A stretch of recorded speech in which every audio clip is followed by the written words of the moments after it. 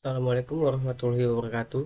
Di sini kita akan membahas peretasan pada data KIP yang baru saja terjadi pada tahun ini, yaitu khusus data KIP kuliah imbas PDNS yang kena retas merugikan mahasiswa.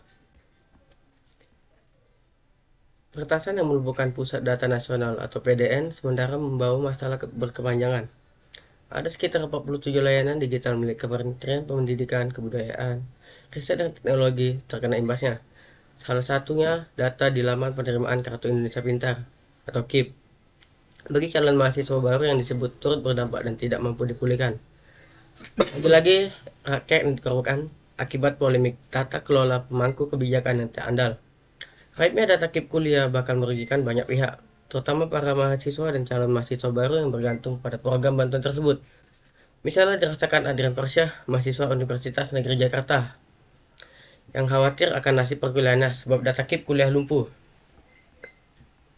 Persyah terdengar geram mendapat kabar data KIP kuliah milik Kemendik terdampak peretasan. Pastilah laman layanan KIP kuliah belum bisa diakses, termasuk oleh mahasiswa penerimaan program tersebut.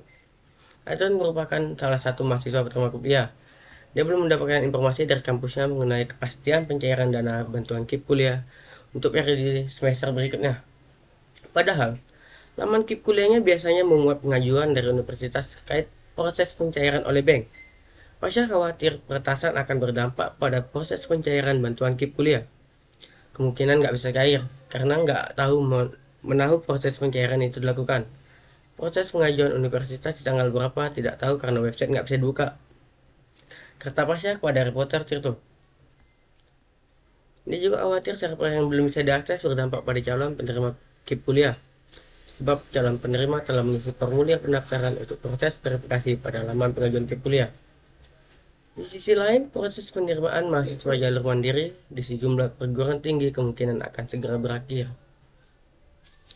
Tidak cuma penerimaan, bahkan calon penerima KIP kemarin proses verifikasi berkas ala mencantumkan formulir pendaftaran website. Kekhawatiran sejumlah di dalamnya Perdikus Albinus Solo, mahasiswa semester 4 Universitas Atmajaya, Jakarta. Mahasiswa yang akrab disapa Pedis itu mengaku bingung soal biaya kuliah semester tersebut bila server KIP kuliah tidak kunjung pulih.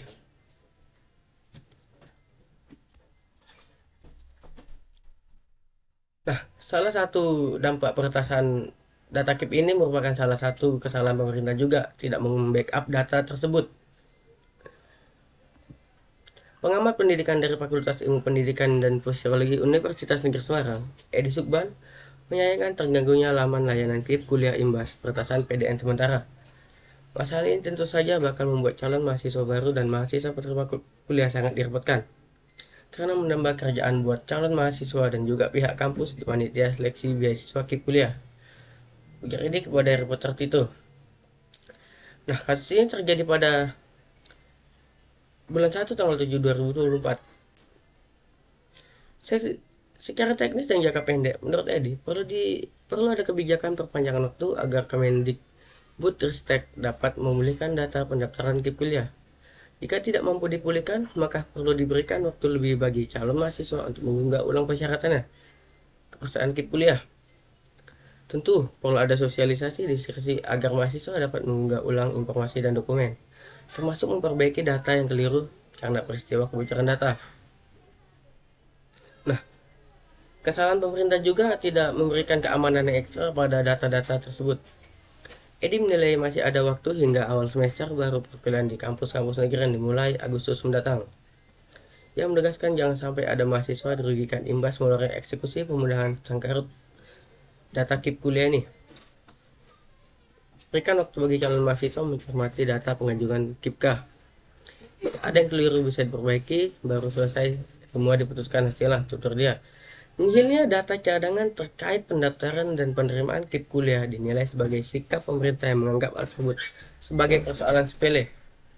Nah, pemerintah tersebut malah meminta damai kepada embretas tersebut dengan meminta nominal untuk supaya bisa menggalikan data tersebut.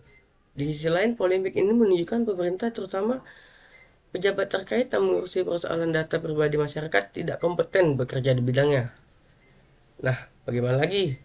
Dia bekerja di bagi ini tuh merupakan orang-orang tua yang tidak mengerti teknologi, bukannya anak muda yang memiliki kemampuan dalam bidang teknologi yang direkrut mereka, malah bapak-bapak yang tidak mengerti teknologi. Mungkin karena jabatan mereka yang sudah tinggi tapi tidak memiliki kemampuan dalam bidang IT, makanya mereka bisa kerja di bagian tersebut. Lagi-lagi yang dirugikan oleh masyarakat kurang mampu dalam kasus seleksi KIP kuliah yang datanya terdampak peretasan. Kalau mahasiswa disebut yang sudah serius daftar KIP kuliah untuk kampus berpotensial diponis tidak bisa memperoleh KIP kuliah gara data yang berbahaya raib. Tampak pemerintah tidak sadar sudah masuk revolusi industri dengan ancaman cyber war, pencurian data digital dan lainnya, tidak punya blueprint dan kebijakan yang soal gas ini. Nah, lagi-lagi yang dirugikan masyarakat oleh pemerintah yang tidak memiliki kemampuan dalam bidang tersebut. Kasihan juga. Nah, sekian kita bahas data peretasan data KIP yang terjadi pada tahun ini. Sekian, nama saya Adrian Maulana.